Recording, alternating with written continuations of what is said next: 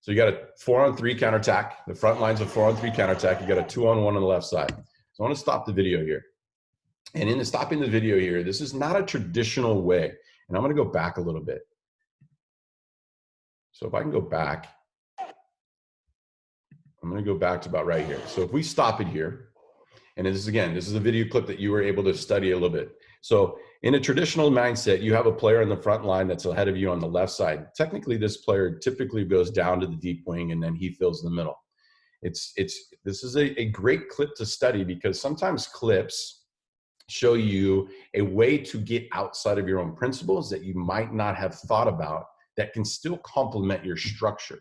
So think about that again. I'm going to try to challenge you with that mindset. Sometimes clips, video can show you something outside of your technical principles that you teach every day that can pull you out of that and say, hey, that challenged me. Maybe my frontline player could go middle, kind of pinch him off, and then allow my top line player to go down line.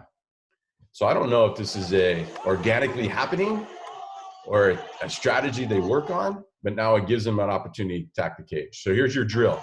He comes up, backside spin, reverse pivot, gets the kick out. Now you immediately get out of the head, get out of the pass, get it straight into your 2-on-1 triangle attack.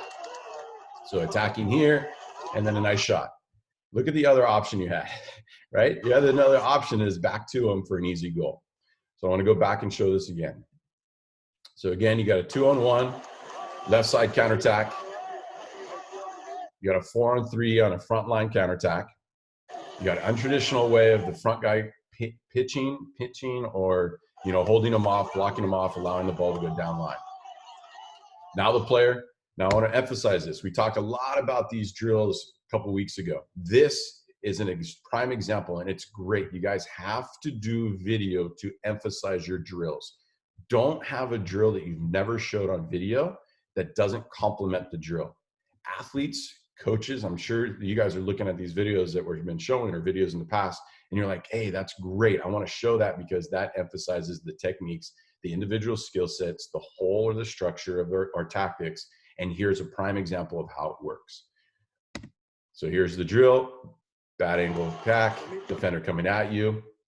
A great job of vertical game, getting the guy to lunge, giving your leverage of his body.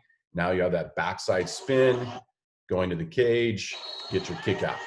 And immediately, you're not thinking about the situation. You already know you got your kick out. Could have been a 5-meter. You're throwing the ball back up top, and now you're preparing yourself for the 2-on-1 attack again. So before he shoots, if you guys can see this angle, you're looking at this angle. Now, all this should become a drill. Again, this is a drill that I showed very similar to this drill many weeks ago about this 2-on-1 left side attack. But I wanted to show the emphasis of counterattack versus individual skill sets.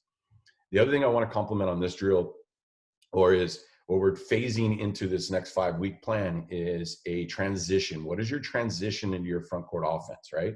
Getting back to your principles of your transition game so that you can emphasize the proper positive possessions in your attack.